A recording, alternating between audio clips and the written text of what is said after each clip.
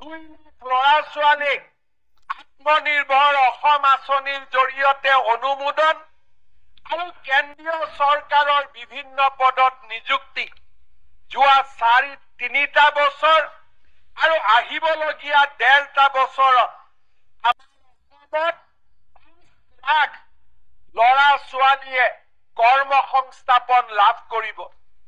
আমাৰ ৰাজ্যত শান্তি শৃংখলা ঘূৰি অহাৰ বাবে ল'ৰা ছোৱালীয়ে ব্যৱসায় বাণিজ্য কৰিছে আৰু আজি তাৰ ফলত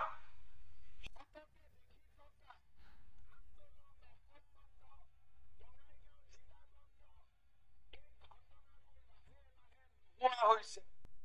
আমি কাকো কোৱা নাই, আমি কাকো দাবী ধমকিও দিয়া নাই যে আপোনালোকে আন্দোলন নকৰিব, কিন্তু ল'ৰা ছোৱালীৰ সময় নাই। এটাৰ পিছত এটা চাকৰিৰ পৰীক্ষা, ইউনিভাৰ্চিটিত যাবলগীয়া হৈছে, কলেজত যাবলগীয়া হৈছে, টিউচনত যাবলগীয়া হৈছে আৰু সময় নাই। ফেব্ৰুৱাৰী মাহত এডিআৰই পৰীক্ষাৰ ৰিজাল্ট দিব, মাৰ্চত লগে লগে পুলিচ আৰু চাকৰি 35,000ৰ আমি লগে লগে উলিয়াই দিম। আমি আমাৰ যুৱক শক্তিক ব্যস্ত কৰি ৰাখিছো, কোনেও যাতে বেলেগ ৰাস্তাত যাব নোৱাৰে। 1.5 লাখ চাকৰি, 2 লাখ ল'ৰা ছোৱালীক আত্মনিৰ্ভৰ অসম আঁচনিৰ জৰিয়তে অনুমোদন